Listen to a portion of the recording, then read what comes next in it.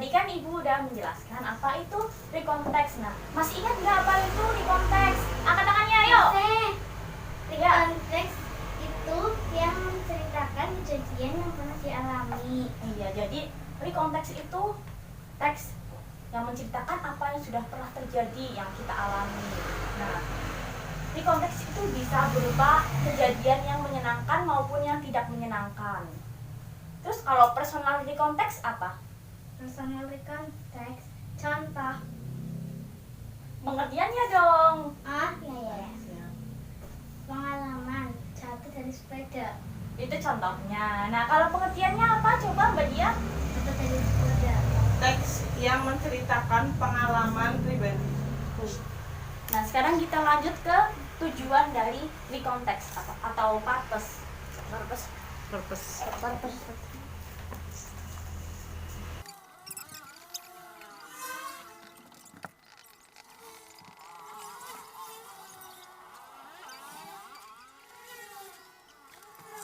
Nah, jadi purpose atau tujuan dari recontext adalah itu untuk share unique experience atau to retell something unforgettable. Nah, biasanya itu nanti bakal ditanyakan di soal entah itu pilihan ganda maupun isian. Biasanya untuk pertanyaan itu what is the text written?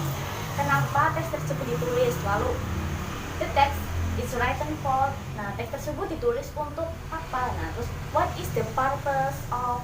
Nah, jadi apa tujuannya? Terus what is the social function? Apa tujuan sosial ditulisnya tulisan itu? Nah, biasanya nanti bakal ada jawaban, tapi intinya itu ini, to share unique experience, to retell something unforgettable. Nah, biasanya itu untuk menceritakan kembali Pengalaman iya, yang unik. pengalaman unik. Misalnya tadi kemana? Ke Jogja ya. Nah, jadi nanti Hafiz bisa tuh nulis personal recontext tentang jalan-jalan ke Jogja sama keluarganya, ada kakek, ada nenek. Nah, nanti ditulisnya itu menggunakan personal recontext. Terus selanjutnya ada generic structure.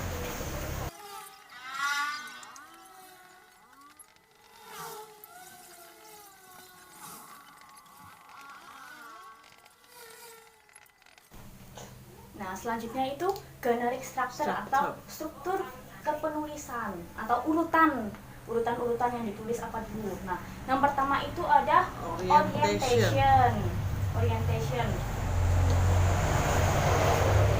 Nah, orientation itu pengenalan informasi tentang siapa, di mana dan kapan kejadian tersebut terjadi.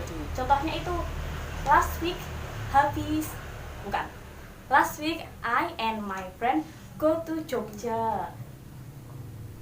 Nah, itu last week itu artinya Minggu lalu. Itu menjawab tentang minggu lalu, berarti kapan. Terus ada last week I and my friend berarti siapa aku. Terus went to Jogja. Berarti di mana ya, where. Nah, pasti ada informasi tentang siapa, di mana dan kapan. Itu di bagian awal sendiri kalimat, awal paragraf. Terus selanjutnya ada events. Nah, events itu rangkaian peristiwa yang dialami, urutan kejadiannya. Misalnya pertama, first we went to mana? Jogja. Ya, itu tadi orientationnya. Nah, first we went to Malioboro Street. Ya, jadi pertama kita pergi ke Malioboro, terus next we go to mana? Prambanan. Iya, Prambanan Temple, ke Candi Prambanan. Terus selanjutnya kemana? Nah, itu masuknya ke event atau rangkaian peristiwa yang dialami.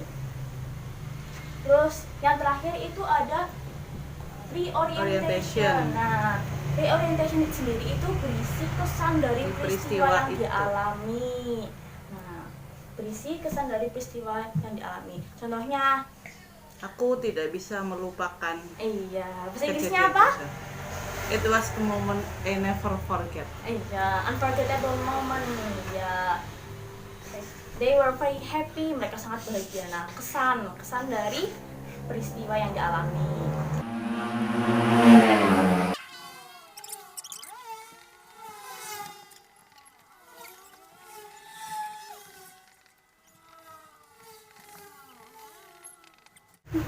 Nah, selanjutnya itu unsur kebahasaan atau language feature.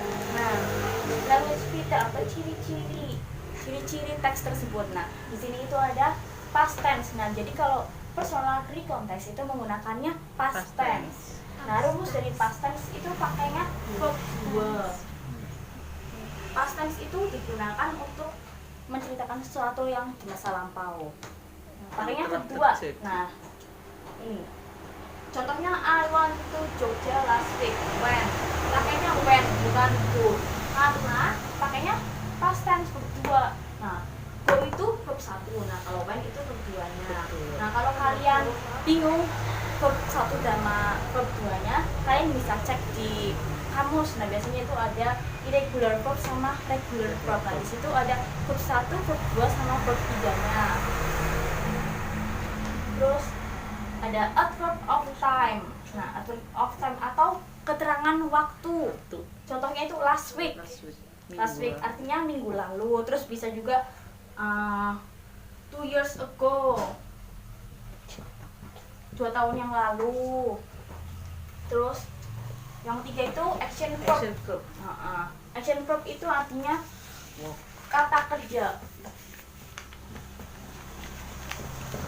Nah, jadi pakainya itu kata kerja kalau personal recontext. Contohnya work, play, dan sebagainya. Terus selanjutnya itu ada conjunction. Conjunction itu artinya kata hubung. Nah, kata hubung yaitu kata yang menyambungkan kalimat yang satu dengan yang lainnya. Contohnya after that, next, then. After that itu artinya setelah itu. Terus next selanjutnya. Then kemudian. Ya. Nah, kalian nanti pakai kata-kata ini, conjunction-nya apa aja nanti.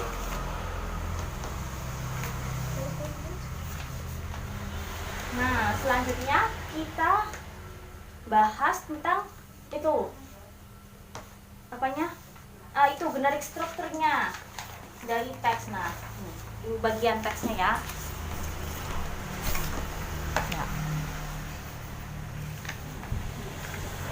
Nah, di sini ada cerita tentang a beautiful day at Jogja, yang artinya hari yang menyenangkan di Jogja. Nah, yang pertama itu ada last week my friend and I went to Jogja. We visit many places.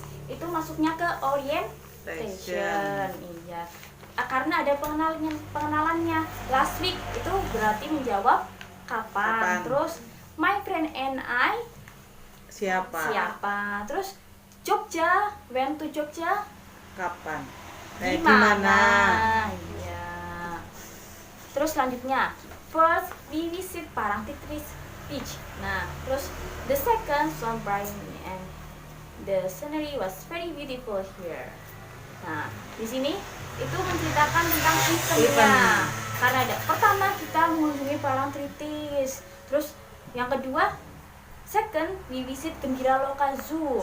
Yang kedua kita mengunjungi kebun binatang Gembira Loka. Nah, itu membahas tentang urutan kejadiannya. Yang pertama kemana, kedua kemana. Nah, itu masuknya ke events. Terus paragraf terakhir. For me, that was a beautiful day, though I could not visit Malioboro. We really enjoyed it, and I hope I could visit Jogja again. Nah, ini maksudnya reorientation, karena ada kata-kata we really enjoy it. Kita benar-benar menikmatinya. Nah, jadi di sini berisi kesan dari penulis itu sendiri. Jadi dia sangat menyukai jalan-jalannya di Jogja dan dia berharap dia bisa kembali lagi ke sana. Nah, selanjutnya Ibu mau kalian buat teks personal recontext. Nah, nanti salah satu dari kalian maju ke depan ya. Nah, silahkan kalian mengerjakan dulu, nanti maju ke depan salah satu.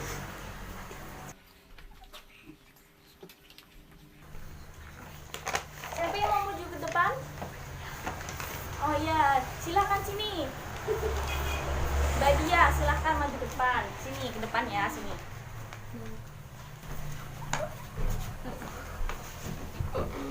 Ya, silahkan dibaca. Vacation to the beach. Last week, I and my friends went to the beach after school. We used public transportation. We reached the beach at 4 p.m. The beach was beautiful and clean. At the beach, it was fun. We played football in the coastline. After that, we built a castle from sand. In the night, we made bonfire together. We roast fish and squids, then we ate them. In the midnight, it was time to share our scary stories. One by one, we told our story. At the morning, we went home. It was a moment I never forget. Iya, terima kasih. Thank you, Miss. Iya, you're welcome.